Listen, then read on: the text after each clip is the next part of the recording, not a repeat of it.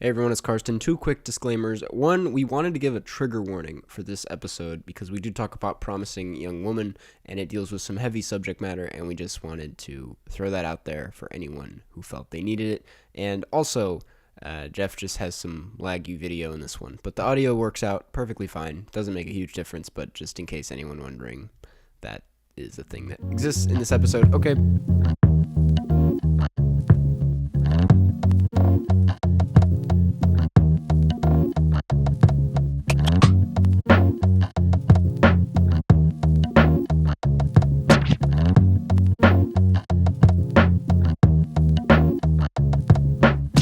Dude, this fantasy hockey league chat is going off tonight. Yeah. There's been, I'm not joking, like 80 messages in this group. I didn't even know you were to in do like one one of vote those. because they're like, you gotta. Yeah, I'm in it with Yeah. like Brandon and a couple other people that I like sort of know, and then like a bunch of people I don't know. Right. I think I might start the podcast there. I think I'll switch it up one time and start it with you saying that. It just so that we can just jump right into it. But it's very casual. You know? It's very nice yeah. We should start doing that on the podcast. Yeah, I got a nice anecdote that I'm gonna just jump into before we even get any further. Yeah, go for it. No, just kidding. No, just do the intro part. Okay, all right. Hello, welcome to the Karstcast movie cast. Oh my God, the thing is, when we 96th, yeah, 96. When I don't do the intro, I got thrown off. I was like, that's not my intro. But I say, hello, welcome to the 96th episode of the Karstcast Yeah, it movie did sound cast. weird. Yeah, it was. I never say Karstcast movie cast. Yeah. But Jeff, what constitutes 12% of an egg's weight? The shell? Bingo. Yep, that's it. Hey, there we go. That's the shell. So for a second, I almost said the albumin. Yeah, no. But any egg connoisseur knows it's not that. No, they know that's way more dense. The shell. What was your anecdote? Yeah. I'm very curious. Yeah, this is the worst anecdote I've ever said on this podcast. So I had when I bought my AirPods like a year and a half ago. Yeah. I like immediately was like, okay, like I'm gonna drop that case all the time. So I bought like one of those, cheap like silicone protective cases. Yeah. And like last week, or like actually like a couple days ago, I realized that it was like, since it was like one of those cheap silicone ones, after like a year and a bit, it like started getting like kind of residue on the case because it's just like not well made. Yeah. So I took it out of the case. I'm like, why did I ever put a case on top of a case? It's so like this form factor of it just being the actual AirPod thing is so much nicer. Yeah. It's like way less bulky. It's just so small. I know. Well, that's the thing. I only see those cases coming in handy if you're gonna attach it to like a what's it called, like the carabiner, like on like a backpack. Yeah. Or something. I'm like, if you want to attach it to with like your keys or something, like that makes sense so that you don't lose it. But right, like, these but are also nice. It's like the wherever. Yeah. You want to see? You got the pros. Yeah, this is a very embarrassing. I saw the shape difference. Yeah, so I just got these for Christmas, which are very cool. The embarrassing thing is Santa, for any young listeners out there, decided to get the Karsten engraved.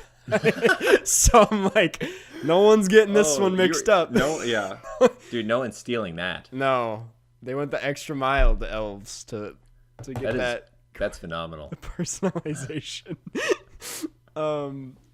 Yeah. Anyways, though, that's true. No, that is a good anecdote. But yeah, you don't need a case for a case. You don't need the case for the case. A case, because the case is already like reasonably durable, and especially because like the real life of these is probably 3 years. Yeah, I would imagine for like the battery just dying after that. Yep. So really, and I'm fine with that. I use them all the time. So yeah, I could buy one every 3 years. It could honestly. Well, that's the thing. That's why I was like, I was due for a new pair, I guess, because I had my other pair. I think I just got them. You were like an OC AirPod guy. When we started the podcast, this was one of our first anecdotes. Actually, on the first episode was me talking about my new AirPods, and they were. And I was making fun of them. You were, and now you're buying cases for them. Well, I bought a case a long time ago, and the case sucked, and now I'm anti-case. That was my whole anecdote. Was how I'm like, you don't need a case for the case. Pro pod, yeah.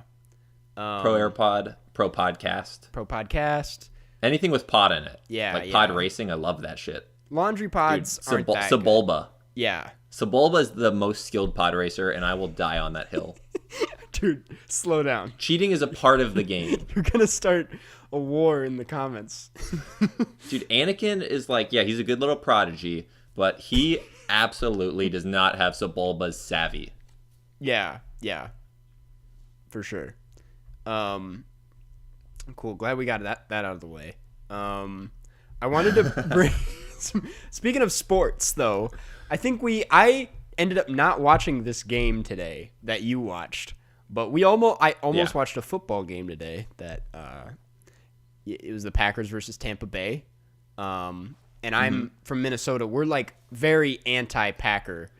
Right, so you were just like hate watching was your plan. So the plan was because Jaxie wanted to watch it with me because Jaxie was like Jaxie's from Wisconsin. Okay, yeah. So whole I thought family's- you were just gonna watch it alone, just hoping Green Bay would lose. No, that would be weird.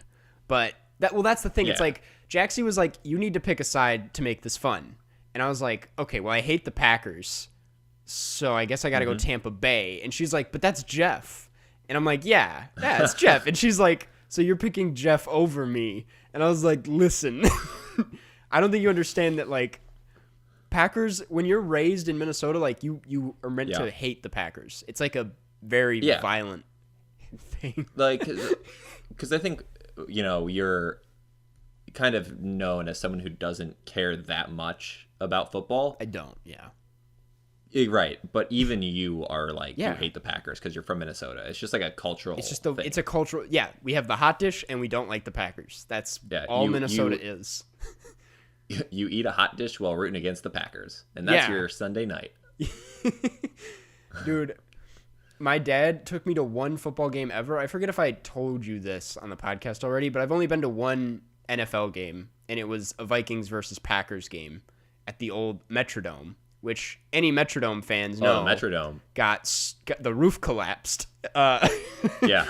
From a snowstorm. But not when you were there. Not when I was there. No. I used to go to the Twins games there back when the Twins played in the Metrodome, and those were depressing games. Yeah. I'm like, this is not meant to be an indoor thing. But anyways, I had a miserable time. I hated that game. It was so loud, so aggressive. Pretty sure the Vikings lost. But at least it was indoors. It was indoors, yeah. But I remember it was famously like the noisiest stadium. It was so loud. Yeah, I came back and my ears were like ringing. It was terrible.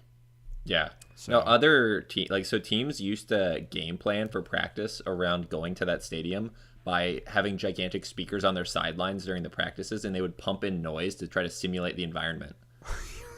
Wait, because the team on offense couldn't hear like the quarterback calling out the plays and stuff. Yeah.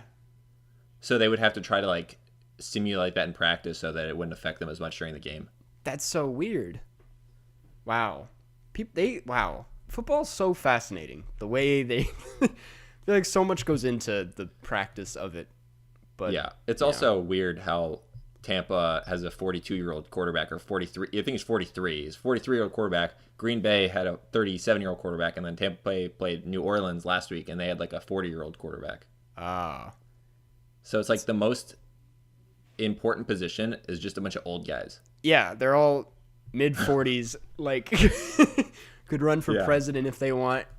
But yeah, yep. I don't know why that's where I went with that. But anyways, the anecdote I wanted to bring up was my roommate brought home. I don't know if you've heard of this, the Heineken Zero. I have not heard of that. It is. So Heineken made this beer that's 0% alcohol, but tastes exactly like Heineken. Wait a second. Okay, when you said Heineken Zero, I was thinking like 0 calories. No, it is 0% alcohol.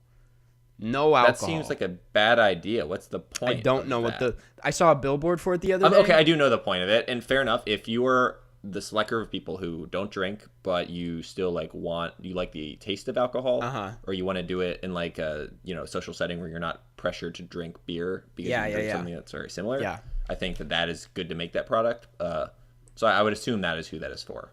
Yeah, I saw a weird billboard for it the other day that was like, you can keep that New Year's resolution, and then it was like, same great taste, no beer, no alcohol or something. And Yeah, but Heineken tastes like shit. that's what I'm saying. To begin If with. for any beer to do that, Heineken, terrible taste. And I had one just Yeah. before this for dinner. I'm obviously not for dinner. I had it with something else. I just have a 0% Heineken as my meal. I had one. I had You're 3 like, sips it's like for a the record. smoothie. Yeah, It's a meal. it tastes exactly like beer, like Heineken. It tastes like alcohol, but I'm like, But you just don't get drunk at all. the other thing about alcohol is that, like, or beer specifically, I think, is that the drunker you get, the better it tastes. Specifically Heineken. Right. So I'm like, Yeah. you're just constantly at stage 1 with this thing, and Right. it never gets better. I'm just like, Yeah. this is a good beer for a very small group of people, I think. Well, not that small, but I don't know. I'm Yeah. like, No, I mean, I think it's the market for that is not supposed to be people who are totally fine drinking a normal beer. yeah. I don't think they're the ones who Heineken's like, you know what? I bet they'll enjoy the same terrible taste, But- but not getting drunk at all. Yeah. I think it's for people who like are not drinkers, For sure. Yeah. you know, for a variety of reasons. Totally, yeah. But still, like, because I think some people do enjoy the taste of Heineken, so I'd imagine Mm-hmm. I guess it's for those people. Yeah. Yeah. I was But about to say something. personally, it sounds terrible. It is, yeah. It serves no purpose for me personally. I'm like, Yeah. if I'm gonna have Heineken, But you drank it, which is funny. I know, because he brought home like a 4-pack or something, and I was like, So wait, when he bought it, did he know there was no alcohol? yeah, because we both saw the billboard separate times, and we were like, apparently he was like, yeah, I had to try it, and I was like, good. So we tried it, and it's just as weird as you would think. It's just, Yeah. yeah, I don't know. Because it also has like the density of beer, where it's like when you drink it, it feels like heavy in your stomach. You just feel kind of bloated. So I'm like, Right. it has all the negative, it has everything negative about a Heineken beer, and without the one positive, which is that you can get drunk. So Yeah. Yeah. I would say that nobody who does drink alcohol should ever drink a Heineken Zero. yeah. I think I'm just going to make that blanket statement, and Yeah. Yeah. I'm going to hold pretty firm on that. Right. Cool. I think that's all. That was the one anecdote I had to bring up, but yeah, That was solid.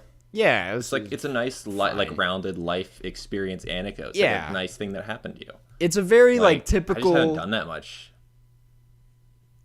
Yeah, Yeah, because you have roommates, so things happen to you.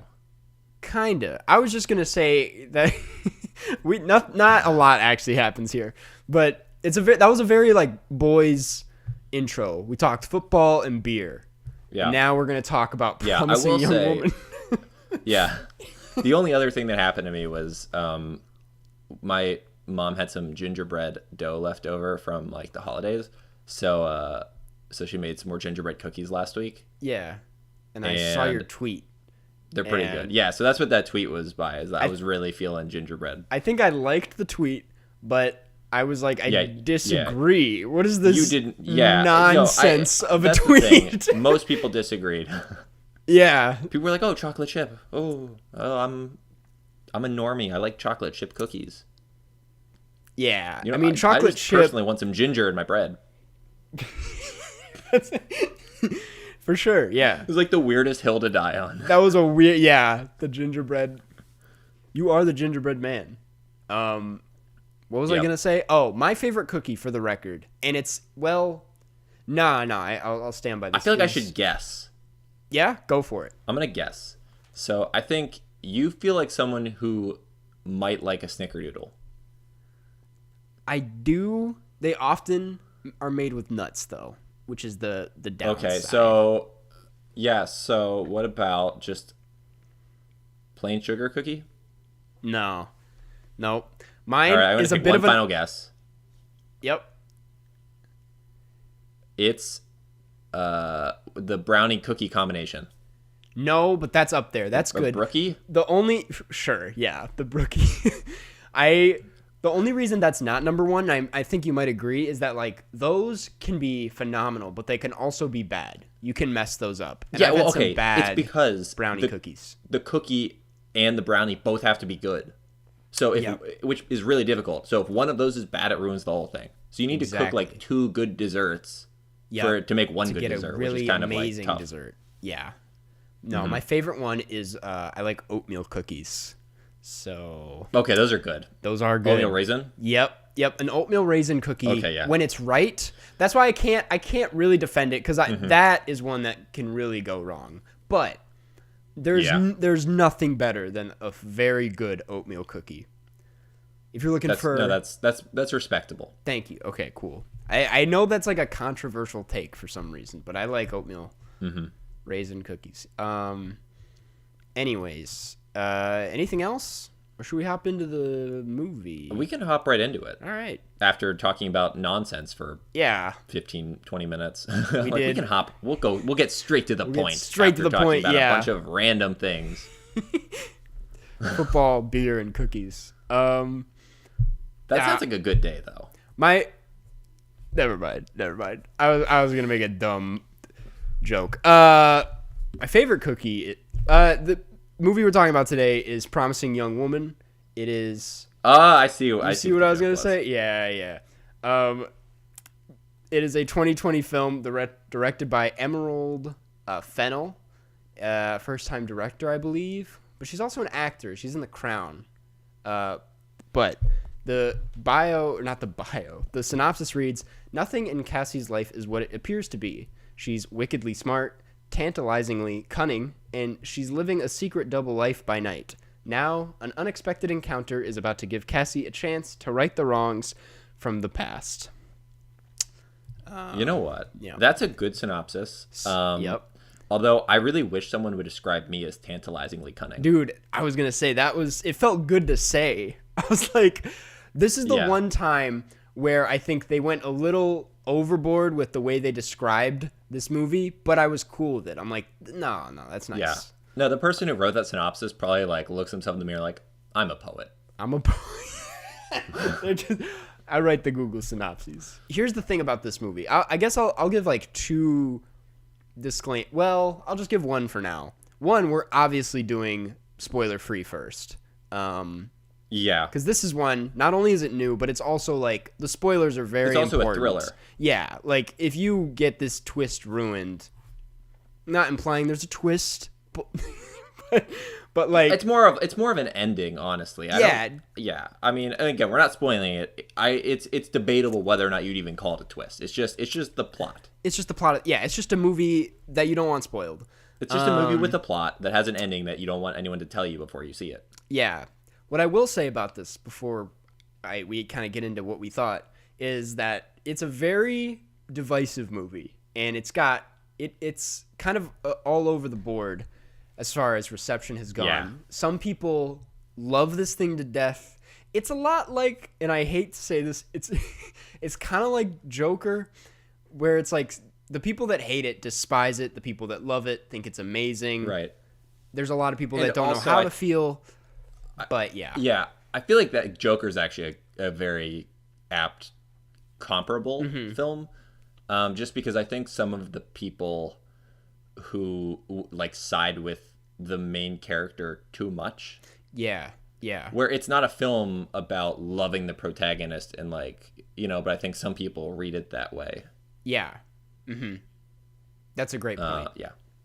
That is a great point. I think that is like Joker, where people are like, this is my new life now. I am this person. Yeah, totally. And also just, I did see an interesting article that was comparing the two that was like, how will the Oscars or just the general public respond to like a female raged film as opposed to a male rage film like Joker? Like that one was so, like he was like a controversial figure, but people obsessed and idolized him. Will this happen for this one? I'm just like, it's weird. I mean, to be fair, the source of the rage in this film is a bit more nuanced and also a bit more like correct, where 100%, it's like at least the foundational reason the character's angry is a very reasonable thing to be angry about. Now, obviously, the way they go about using this anger is a bit suspect. Yeah. Totally. So with all that out of the way, Jeff, What did you think about the movie? Yeah. Okay. So, I mean, I liked it. Okay. As a thriller, it works very well. Yeah. Yeah. And just as a broad generalization, I think that the plot is it's kind of on the nose, but in a way that it needs to be for it to work as a thriller, right? Because it's not really a film about the event that happened in the past. It's a film about how one person is like coming to grips with this and like how it changed their life. But the actual part that is like the traumatic thing needs to pretty much just be like spelled out for the entire audience, or otherwise because if you don't understand like the background of this film, it's not going to make sense. What do you mean? Just like the thing I just said might not make sense to you, because I just realized that was the vaguest possible. Well, okay. That's like those jokes, like the comedians who just tell like the background elements of a joke and never have a punchline. Because in my head, I was making like a real point there. No, you were. And I think I just when you say so I think that a lot of the dialogue in this film is very on the nose about like it's exposition about how the characters feel about this. Okay, yeah. This like rape that happened in the past. Yeah. And I think that obviously some films deal with that kind of thing in a bit more of a nuanced way, but I don't think, because this film isn't about that. It's a thriller that has all these dramatic like plot elements where you just need to have an understanding of the past for it to make sense. I think that how Cassandra feels about the past events needs to be spelled out to the audience. Yeah. Like, does that make sense? Cause some of that stuff felt a bit on the nose, where like, how when she confronted, and this is fairly early in the film, but when she confronted the dean of the school. Yeah. Yeah. You know how like that whole conversation played out like in a very predictable way. But then I'm saying I don't necessarily think that was like a negative. Totally. Yeah.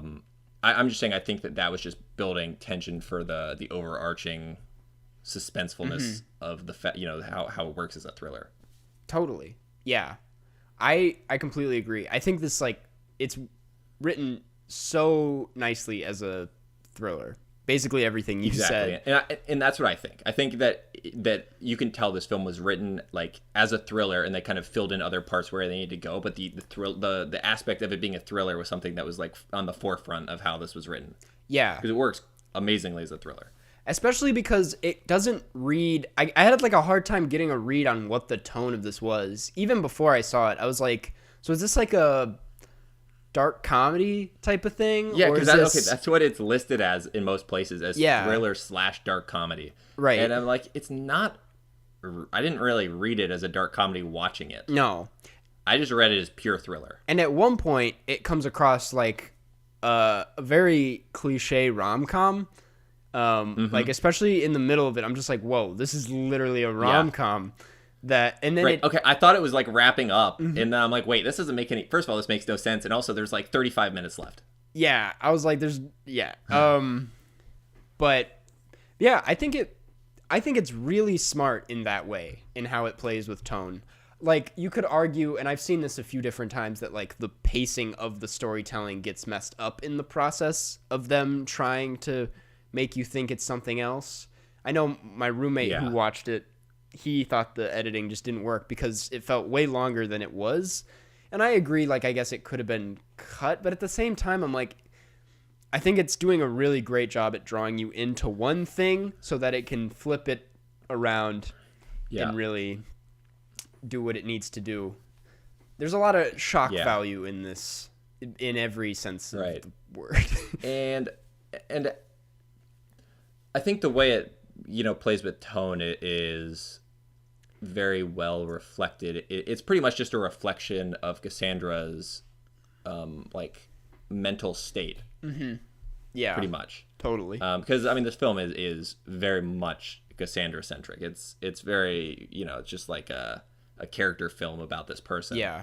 So, and I guess the tonal shift, even though it's kind of like abrupt in the middle a little bit, I think it does. I don't know. I feel like it's necessary for the ending to have the impact that it has. Totally. Yeah, we'll get into that in the spoiler section. There's like a lot to say about the ending and some of I know. the I tried to be very spoilers. broad with that. So before we get into that, I do want to mention the performances, which I thought across the board, regardless of what you think of the movie, were all so great. I mean, first of all, like, and I know a lot of people have said this. I don't know how big of a Bo Burnham fan you are, but I thought he was so good in this. Yeah, he was. And I'm just like, I think that Bo Burnham is the reason that it's listed as a half dark comedy. Yeah, because he's a funny guy. Bo Burnham's in it. He's comedy. Yeah. I just like am surprised he's not casted in more before this, because he does. I haven't seen him in a lot of movies. He just has his stand up, and he directed and wrote 8th Grade. But like, does all the piano jokes. Right. Him with the some solid piano song jokes though. But he's really only been like his small characters. Has he done stand up recently? Nope, not since 2016. Yeah, so I think that's like the last thing I remember. He's also obviously 8th Grade. Right, 8th Grade, and I'm sure he's doing something else right now. But yeah, he was really great. And also, who else? Obviously, Carey Mulligan. She was fantastic. Yeah. I've always really liked her. Okay. And she ate this up. The way Carey Mulligan commanded those scenes where, they were playing more of like semi-sociopathic character. Yeah. I mean, just like that flip. Into, I really probably shouldn't snap for podcasts. That's probably annoying. No, that's fine. But yeah, just the flip into becoming that character is that, like, the performance is so good where like I don't know, it's just like you feel the performance. Totally, yeah. Okay, I want to, because I don't think this is a spoiler, because I think it's well known that this is just it's like a revenge film.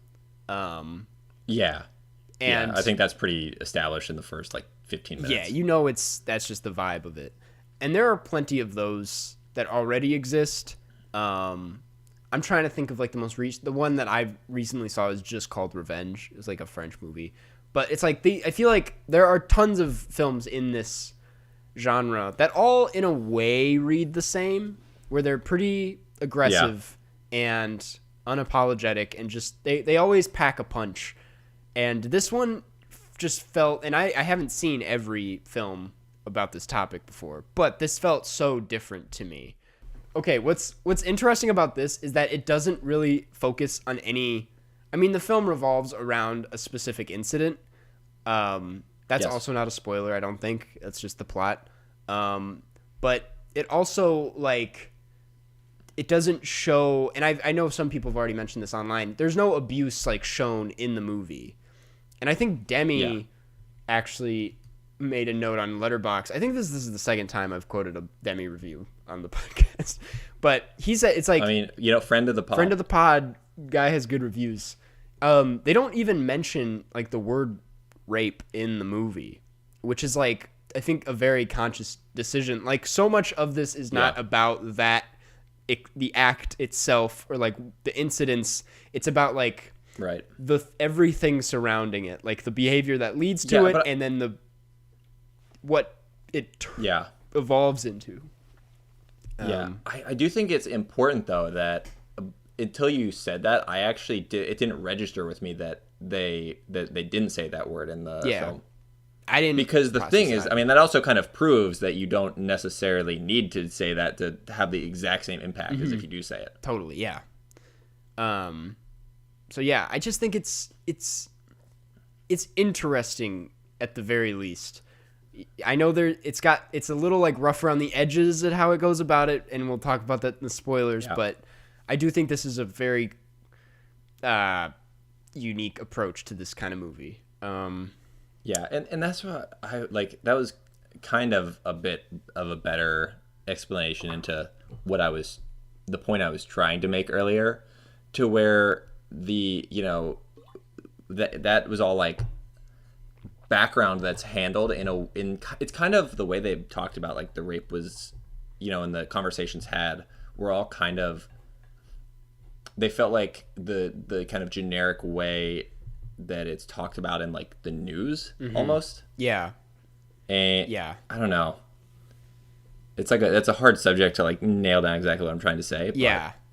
Well, the overall effect was very interesting to me because it was like using that and the way it's talked about as like a stepping stone, but it wasn't. The film obviously doesn't rely on that necessarily. Yeah. I am really just getting into these like ambiguous points that like No. have to make sense. Well, okay, we're gonna forgive it because it's a very hard movie to talk about without spoiling it. So we should just jump into spoilers pretty soon here. Let's jump into the spoilers. All right. Hey, it's spoiler time. So if you want to skip these, head on over to the 49-minute, 42-second mark. I will give you a second to do that. And okay, I'll put the thing in there. So let's start with. What should we start? Okay, I will touch on this because I don't think it's been touched on enough in reviews that I've been looking at. But Bo Burnham's character, who ends up to be like not only just like a bad guy in the past, like I don't think he did anything, but he was just like in the room. He was present and like it didn't do affect enough. him. It didn't affect him. He didn't remember he was there. Which is or he said he didn't remember he was there. Yeah.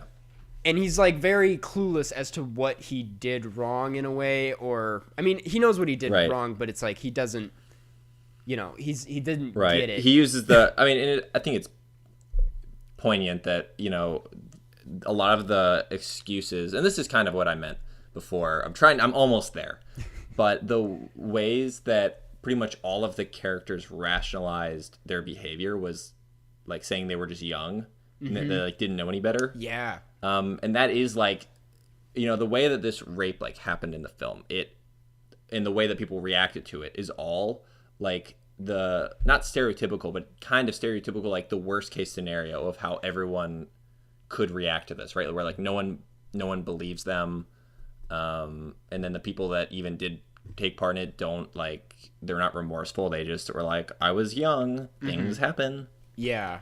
And I think that it's interesting how all of those excuses were like the ones that every single character that were confronted used. Yeah, exactly. That was a part of the movie that I'm just really glad that was in there. I don't know how to expand on it, but that's a good point. Yeah. Yeah. And that's what I was saying, where it was like when I was trying to say that that was the background of it, where like that whole part of it made it so that it was very easy to be on Cassandra's side on this because we've seen all of those excuses and reactions to this, exist in the real world. So it wasn't like there was not really a lot of gray area for the audience to be like, maybe this wasn't bad. Yeah. Yeah. So I think that's my final way to summarize this point that I've been like talking around for 10 minutes is that they left the seminal event in the past as not having any gray area for the audience to misinterpret what happened and like what is morally correct. Yeah. Very true. That's a good point. There we go. Yeah, you got there. That's all that matters. It took me 25 minutes. Yeah, but the thing is you managed to argue for it well. That's all that matters. You got there. Okay. Back to Bo. I just wanted to say about his character because I do think he's one of the more like important characters in this because it's one thing for them. Yeah. Because I think he is a very specific type of guy that is not usually portrayed. Because I feel like a lot of these movies or anything that like revolves around this subject, they do focus on like the Schmitz and just the terrible, dangerous frat bros and all that. But then there's the Bo Burnhams who aren't, as like crazy as like a frat bro, but like are it's still much more nuanced for sure. For nuanced, yeah. It's just it's unaware of like what they're doing and is kind of just like understands what to say but not how to act later. And that's why it's like I never really liked him from the beginning. He basically forced her into that first date. He did not. He cornered her. And I was like, that is very... Yeah, I think it's subtle manipulation. That's like the thing is that this film portrayed really well the non overt like predator type, right? Yeah. Because that's what all these people at these bars are. They're like the overt thing. And then the thing is that what you do is I am now like processing this film in a real time. But this film wants us to relate to Bo. Yeah. So we're saying like, oh, we're not these other guys. We're Bo. Yeah. And then it turns out Bo subtly is also very problematic. Yeah. And then that makes us like reassess in our heads, like, wait, what are we doing that could be perceived as like a Bo type thing that's bad? Wow, I am just understanding this film right now. It isn't just that first date thing. There's just so many red flags throughout. I mean, there's the one time where they're like laying in bed and he lets out that weird joke where he calls her a bitch, like very offhanded, like just kind of brushes it off his shoulder. And I'm like, I get it. He's joking, but I'm like, it's stuff like that where it's like this movie is built so that when truth comes out later and you start to learn more about who he is really as a character, it's not like he did anything specific that we know of in the film, but like what his views are. You're just like, right. I see where, again, it's like, I'm sure he didn't have like ill intentions when he's doing this stuff. I'm sure he just really wanted to go on the date, but it just proves how tone deaf of a guy he is. And like how, after he's confronted where he's like, well, then we both won't be doctors, like that. Yeah, where it's like you can tell he always thought less of Cassandra for not being a doctor. That's the other kind of guy. Yeah, where it's like as soon as like confrontation where he happens, thinks he's being like the knight in shining armor type guy. Yeah, I'm like, oh, as soon as, and he thinks he's a great guy, like but he's not. Yeah, it is so fascinating. Yeah. Also, it's like, I don't know. I think it's cool, not cool, but like interesting to look at how she gets her anger out as opposed to the men in this movie. Like the men are very violent, both like physically and with their words. Like Bo saying that to her, it's just like such a dick move.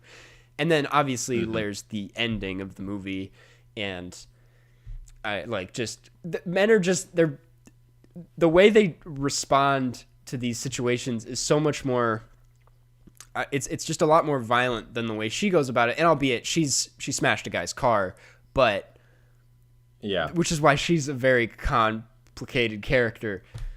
I don't know. Right. I thought that was interesting because she never does it with ill intent. Besides the car thing, I don't fully understand the car thing. Well, but also she did seem like she hired a guy to beat the crap out of that lawyer. Yeah. So she's not great, but she did scare the dean. Okay. But it's so messy. But it scared the dean in a way where there was no actual danger. Yeah, there was like an intention behind it. Yeah. I don't know. Also, it's very interesting how without Cassandra's like agency in this film and going to all these people, all their lives would have been great if she never re-entered their lives. Like nothing bad would have happened to them. Like the one guy would have gotten married. Bo Burnham would have just been a doctor. Yeah, and that's another. Yeah, that's a great point. Which I guess we can start. Yeah. Okay. Actually, while we're on that topic, it's also worth like looking at where her life would have gone if she had, because I think there's a very random but important scene like halfway through this with an actress. Oh, it's what's her name? The mom of the girl from the story. The mom of Nina. Yeah. Yeah, Nina. She kind of like brings up. She's like, why don't you like just let this go and like move on? And it's like for her own mom to be like, we all have moved on. Why don't you move on? Was like that. It poses that. I'm not saying like she should. I'm just like, that was interesting of them to bring up. Because then it's like, why doesn't Cassie move on? And starts to question like what is there to gain from what she's doing? Like what's the greater purpose of this? And like what? And it's like, it kind of comes around in the ending. But we'll talk about that, I guess. Yeah, I mean, yeah, because we still haven't really touched a lot on Cassandra's character and all like how messed up of a character that is. Yeah. Because we've talked about, like, obviously all of, like, the men, but I mean, obviously the way that she's dealing with this is a little bit sketch. Yeah. So I guess we'll touch on the ending. Yeah. If we okay. Yeah, all right. So the ending, I like a lot of people. I don't know how you feel about it, but I have like mixed feelings about it because I think it's a very powerful ending and it was like a super bold, honestly, like, and the directors mentioned this, it's like very realistic. I'm like, it's not like a typical Hollywood ending. It's like, this is what they would have wanted. But at the same time, it is, because it's like, there's the scene in the bed. We don't have to worry about spoilers anymore. She dies. She gets murdered. Yeah. But then like 10 minutes later, there's like this, what reads as this like triumphant moment where she comes back and he's arrested and like she ruins the wedding and sends a winky face. And I'm like, so we're supposed to feel good that she died? And yeah, I know it's very confusing. yeah. I think it's one of those films where like at the end of it, I'm like, I just interpret it as me just having watched something without like being told, like, I don't know if I was necessarily supposed to feel any way about that. It's just more of a conclusion to the whole tale we just saw. Yeah. Well, that's the thing. She gets to it near the end. I think right before she is going to do what she's going to do to him, and right before he murders her, it's like she's talking about like his name being attached to her name for the rest of his life, or like in the same way her name kind of like disappeared or whatever. And I think that's like that's the crux of why this matters to her, is just like the legacy that's left on, like even after you die, or it's like the incident isn't just that, and it's not just the death. It's just like what that represents, and like you're never looked at the same. I don't know. I mean, the weird thing about it is that like, I'm trying from like a legal standpoint, I don't know why after like he killed her, why they didn't like just call the police and be like, yeah, she had like a scalpel and had me handcuffed to the bed and knocked out all these other guys with like, some kind of tranquilizer. Like technically, just like legally, you might have like grounds for like self-defense. So it's very weird how they tried to cover it up. Well, that's the other thing. I'm like, I don't know why. I don't know if it was on purpose, but this was mentioned in a review that I'll shout out at the end of this. But it's like, it is worth noting that that crime in itself had nothing to do with like gender or the themes of the film. It was just, if he were to go to court, he could defend it as like self-defense.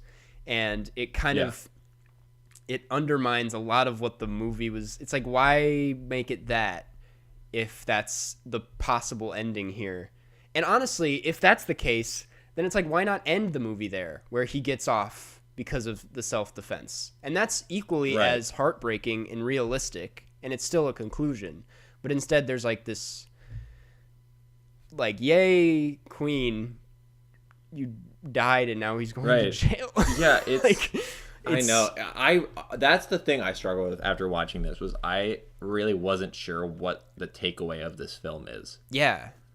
Like I understood a lot of the different elements of the film, but as a cohesive like product, I was really unsure of like how I was supposed to feel about Cassandra. Yeah, totally. Well, that exactly. Yeah, because it's like I don't.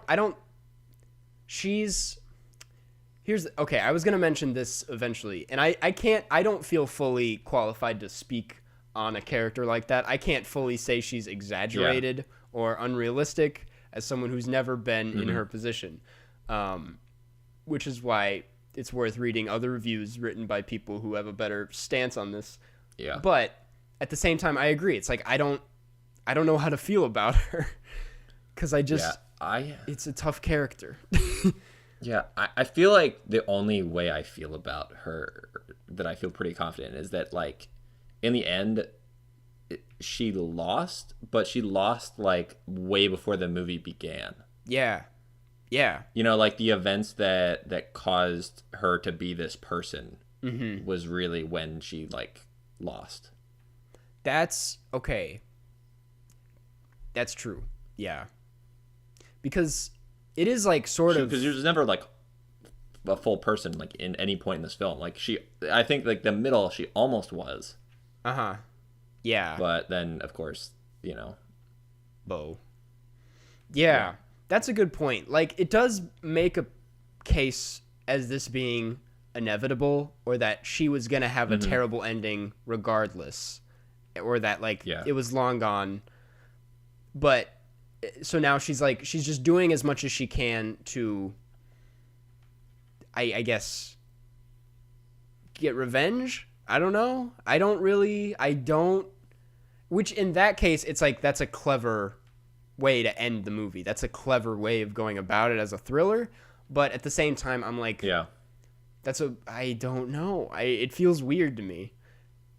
I mean it's kind of like it's a very like tragic film obviously in a lot of ways. Yeah. But yeah, it's also hard because it's these topics where like we can only relate to it so much having never experienced a lot of these things. Yeah, exactly. Like obviously on a human level we can relate and empathize with how we imagine these things make someone feel. But obviously without the lived experience, it's hard to fully, and also you also have to have relativity and understand that it's not possible for us to fully comprehend the depth of these emotions. Yeah. So I guess I don't know what else to say other than I just had mixed feelings, and that's kind of why. But all that said, I still think it's a really good movie. I think again, looping it back to the beginning, as a thriller, it's fantastic. And I thought the pacing and the storytelling, I thought the cinematography was great. I think like as a film, like it just is very engaging, but I think its themes just get a little jumbled in what it's trying to do, which leaves you talking and thinking about it, but doesn't, I think, drive what it wants to say fully home. And that's, Yeah. I mean, but it's still a very entertaining film. Totally. Yeah. I'm glad it exists, and I would recommend it to most people. Yeah. But, yeah.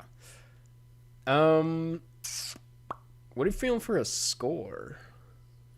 I feel like pretty solid with a 4. Yeah, that's where I was sitting. That is solid 4. Yeah. Cool. And time of day rating for this? This one, maybe like 9 p.m. Yeah, that's a solid. That's when I watched. Did you watch it right before this? After the? Or before the Packers? So game? I watched. Okay, so I was a little late starting. I was trying to watch before the Packer game. I ended up watching like half before, half after. Gotcha. That's solid. That's how movies are intended. Yeah. That's how they with one half, 3.5 hour gap. The other half. Watch the Packers lose. It's just the intermission. Yeah. Cool. Well, that's Promising Young Woman. Cool. Yeah, glad we talked about it. It's just like I did not know what I was going to think about this, and yeah, that's that. Oh, I'll link. I mean, one thing we didn't talk about the title at all, but the title's great. Well, the title's great. Again, I got this pointed out in another review, but it's like a play on, like I didn't know this. It's a play on the words that they used to describe Brock Turner in that whole incident, where the media was that's even better. Him I figured it like yeah that makes perfect sense now. Like it already, I kind of, without knowing that, kind of understood that because that's it's just got that vibe, like how exactly, and that's kind of gels well with a point it took me 25 minutes to make, where they made this like the most cut and dry, like mishandled, that type of case that you see all the time. Yeah. Yeah. All right. Well, cool. Yeah. I mean, it's a good movie. For sure. The review that I referenced a bunch of times will be linked in the description. It's by Maria, but I know that's like tough to search on Letterboxd, so I'm just gonna link it. But it's a good read for anyone that wants a more in-depth look at kind of what we were getting at. Yeah. Do you think that like the band Linkin Park have a LinkedIn profile that's LinkedIn Park? Let me look it up. Linkin Park LinkedIn. Or like someone has to have a LinkedIn that's LinkedIn Park. They have their own, yeah. Wait, what is this? LinkedIn.com, company Linkin Park LLC. It's a company based out of California. Yeah. Underwhelming search results here. I'm like, I was hoping. Sorry. I shouldn't have said that. There's a post on Reddit called "Anyone Got the Link to Linkin Park's LinkedIn Account?" See, that's funny. That's a funny one. Yeah. I want to say LinkedIn is the the sub. Yeah. Anyways, let's move on to questions.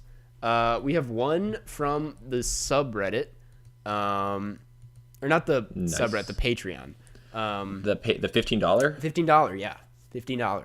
And this one comes from Okay, I'm ready. Michael. I'm putting on my answering boots. It's a very short question to answer. It's from Michael Decker, and it is, have either of you watched WandaVision? Have you watched WandaVision? I have not. I didn't think so. I hope you have, because otherwise the answer to this is going to be bad. I haven't, but I decided I know. $15 for a no. No, I haven't, and I said in a live stream that I was not going to watch it. I was like, I have no interest in it. But I just looked on Disney Plus. Apparently, the episodes are only 20 minutes long, and they do it on a weekly basis. So I'm like, oh, this is like an easy show to catch up on. I'll just watch it. 20 minutes of my week. Yeah. It's like, for sure. So I'm gonna check that out actually. Yeah, I mean, we spend more time than that each week on messaging each other. Yeah. So you just cut that time out, just cut me out, and then you have time for WandaVision. Yeah. I'm like, hey, well, when are we gonna record? And you're like, can't talk, watching WandaVision. You hit me during WandaVision time. What do you should know better? Anyways, these next two come from the subreddit r/Karstcast. We have memes and questions and not much mostly else. memes. It's mostly memes. This first one comes from Tingaling01, and it is, do you have a favorite outfit? Do you have a favorite outfit, Jeff? So I think that I used to when I used to go outside. Yeah, that's but now it's like things like these that are just like very warm and comfortable. Mm-hmm. Yeah, that looks. I just wear a lot of sweatpants now. Mm-hmm. Yeah, that's I've never seen your pants on cam. You could be wearing anything down there. Yeah, but you know, when this is all over, I'm gonna definitely have a favorite outfit again. Yeah, your outfit for especially when I travel. I only have like a few outfits total. So yeah, one of those, I guess, when I travel. Your park episode outfit was pretty solid. You had pants with a lot of pockets. I think they looked like they had pockets at least. I do love pockets. That tracks. I do have a favorite outfit. I don't know what I would put for underwear. But I like my Duluth Trading Co. I don't think that you're in a favorite outfit. I don't think anyone expects you to put underwear as part of the outfit. Well, I have my favorite each article of clothing. Some Duluth Trading Co. underwear. They keep it snug. They keep it warm. It, as in my butt. We'll say my butt.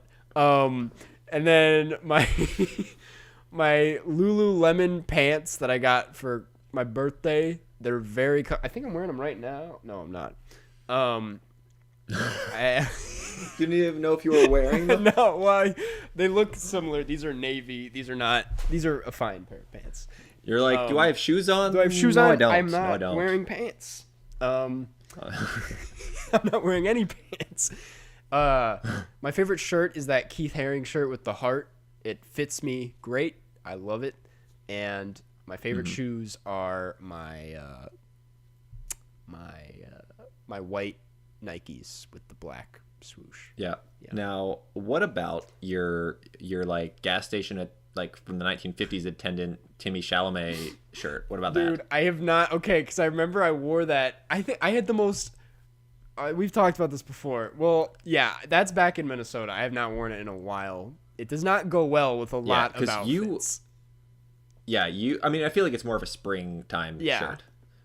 But you were rocking that time we went to the Music Box and saw the Florida Project. Yep, I was not only rocking that, I was rocking that shirt with like baby blue pants. And then you talked to Sean Baker in that outfit. I think I also had my rainbow shoes on. I was decked out. Yeah, you were like, "Hey, Sean, you want to be on the podcast?" And then he looked at you up and down and said, "No." He said, "Yeah, I'm busy that day." I'm like, "No, any day works." Yeah, we're never gonna get Sean on the podcast. You never know, though. You never know. You never know. Somewhere down the line, we would love to. Seems like a great guy. Yeah, he really does. He seemed like he'd be a lot of fun to talk to. Anyway, and I mean, you're more famous on Letterboxd, so do I have more followers than him now? Ooh, I don't know. I guess we have to look that up. I'm gonna fact check this. I'm creeping up there. I think I might, to be honest. I think there are two people ahead of me, and it's David Ehrlich and he's Brad only Pitt. at 61,000. Oh, so yeah, I'm past him. I'm at 67. So wait, so you're number 3 overall? I'm number 3 overall. Yeah, and nice. Yeah, slowly creeping my way up. Number 1 is at 80, so I just need to get 13,000 more. And dude, maybe I'll just I'll post it on Twitter. That'll probably kick another 10 grand. To our 2,000 followers. Yeah. Cool. And this last one comes from Ned Button. That's the username, not the us. And it is, what is your most anticipated film of 2021/2022, depending on when they come out, of course.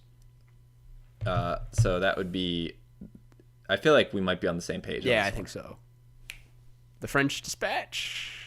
Yes. Yeah. Okay. Yeah, I think we're both equally excited for it because it looks. Yeah. It honestly, yeah, it just looks really great. It looks like a very. I mean, standard. To be fair, Wes for Anderson. you, up until 1 week ago, it was news of the world. Yeah. And then they sent me stale English muffins. I'm kidding. They were great. I did have one of the English muffins. I have also drank the bourbon that they sent me. Not all of it. Wait, they sent you bourbon? They sent me a bottle of bourbon. Yeah. Okay, that's pretty cool. It's pretty funny. I don't like bourbon, but we took like 2 shots of it the other night, and it was fine. Any movie with Tom Hanks and some guns, I'm all about it. Yeah. Unless they're using those guns to shoot Tom Hanks. Then I'm like, then I am out. No. Yeah. Okay. Lastly, I guess we'll get into our wrap up, if that's all the questions for this week. We start with a review to encourage you guys to leave reviews. You already know why. And this one comes from Billy Twixman 3 from the USA, 5 stars. Subject line is, please talk about Tool House. And the review reads, hey, these beautiful boys do a great job with this podcast. My only gripe is that there isn't enough Tool House content. I'm not sure why they aren't talking about Tool House. It seems like at this point the Tool House segment comes mandatory with every podcast. Hoping they improve on the amount of Tool House talk in the future. Yeah. For those of you who don't know, which is going to be everyone, but pretty about much 12 me, people. Yeah.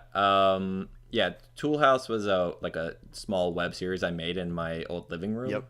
Where I just invited some of my friends who were like comedians to do these improvised bits where I filmed them by themselves and then edit it to make it look like we were all in the room together and on a fake talk show talking about tools. And the show was called Tool House. And yeah, I made like 2 episodes. The first one was good. The second one was like not that good. But they're on your that's YouTube pretty much channel, it. It's on right? YouTube. Yeah. It's on my YouTube channel, yeah. Can I tell you something? And they only have a few hundred views. Yeah. The first one's pretty funny though. First one is funny. I like the first one a lot. Yeah, the second one I overdid it. Too many tools. There's too many tools. No, it's too many fish. Too many fish, yeah.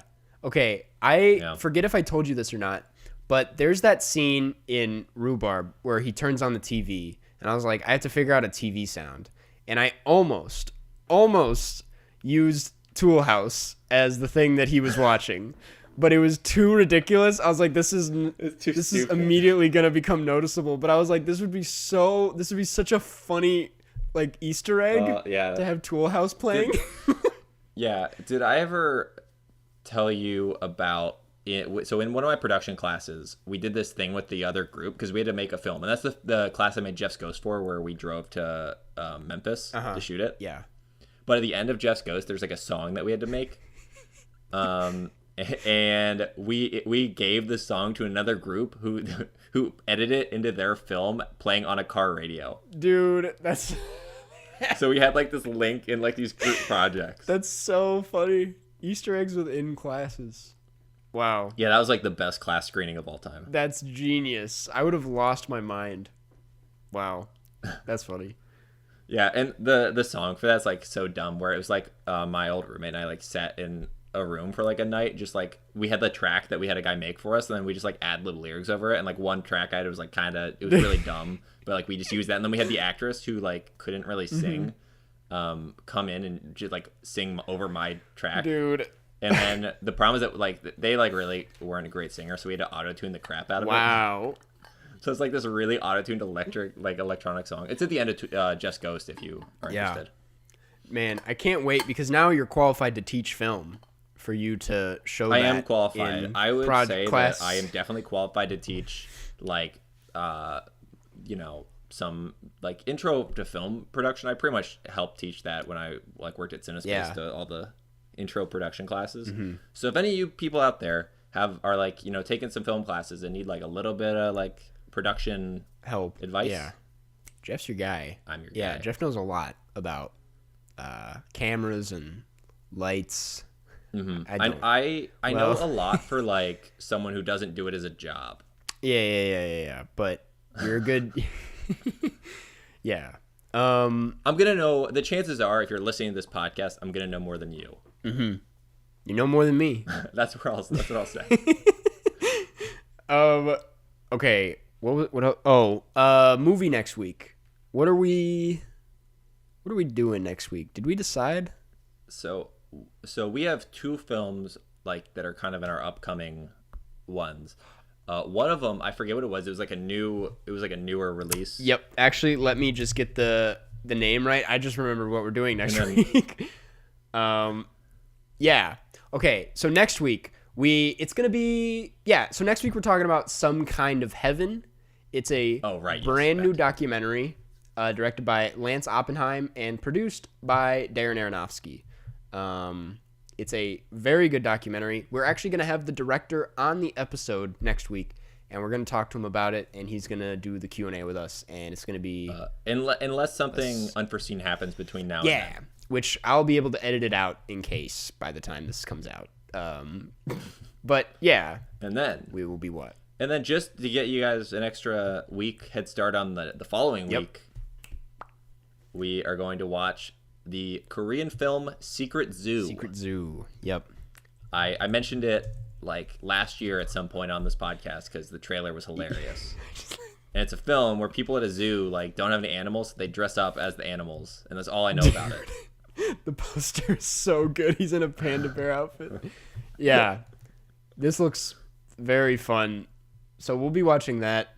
Cool. A lot of fun. And this is 96. That's going to be 90. 97's next week. 98. 97 is the doc. 98. Then we have 99. 99. We don't know that yet. We don't know that way, but we do know 100. 100. The big 100. It's going to be a surprise. I think we should wait it out before we announce it. People will be very happy. We will still be doing the tier list of all the films that we've ever done for the podcast as well. It's probably just going to be a very long episode, but that's what we get. It's like kind of a marathon episode for the 100th celebration. All right. And lastly, we want to thank the patrons. If you would like to become a patron, head on over to patreon.com/Karstcast, where you can get exclusive access to bonus episodes, Q&As, shout-outs at the end of every episode, and Zoom Hangouts, which we just did yesterday. It was a ton of fun. Thanks. Where we play As GeoGuessr. always. Yeah, you can play GeoGuessr. We do play GeoGuessr with just us like Karsten does on his on Twitch. my Twitch. Yep. Which I just started doing a schedule for that every Tuesday and Friday at 8 p.m. Central Standard Time. Ooh, I'm gonna come. Yeah, Jeff will be there. We'll do like we can do like multiplayer GeoGuessr. We can do Okay, like I'm in. Yeah, anyways, this is that shout out.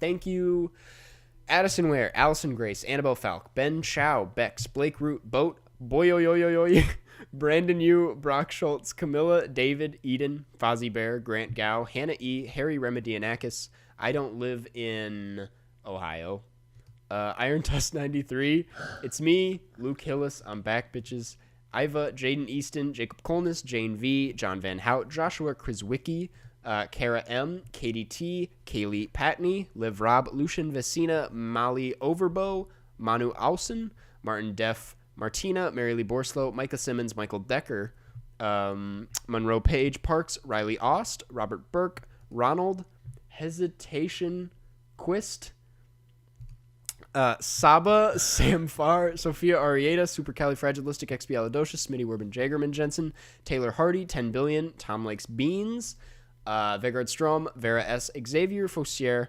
Yusuf A, and Zizzy's Zippy Zipper Zips and Zzz. Thank you. Some new names in there. We appreciate it. So yeah, that's it. Jeff, I love you. That's Okay, that was a good one. that was a good one. Yeah. I will say thank you everybody as always. I do want to give a very special thank you to Vegard Strom though, for all the gift subs and support on the Twitch. Usually I don't give special shout-outs, but Vegard has supported a lot. I felt the need to... He helped me hit the goal, which is huge. So thank you, Vegard. Yeah, we do love Vegard. Yeah. Definitely one of our favorites.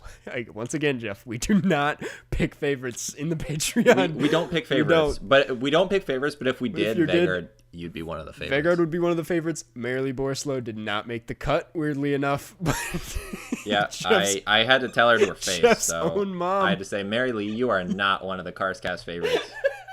You're not one of the Karstcast clowns. You're no Zizzy Zippy Zipper Zips. You are at the Mary Lee. You're at the bottom of the Karst glass. Here's a demerit.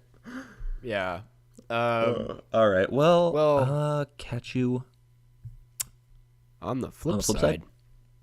Boom. I looked at the camera. I look like a crazy person. Yeah. Doing this. Flip side? So that's gonna be a meme. All right, on yeah. Thing, isn't it? All right. Or flip side.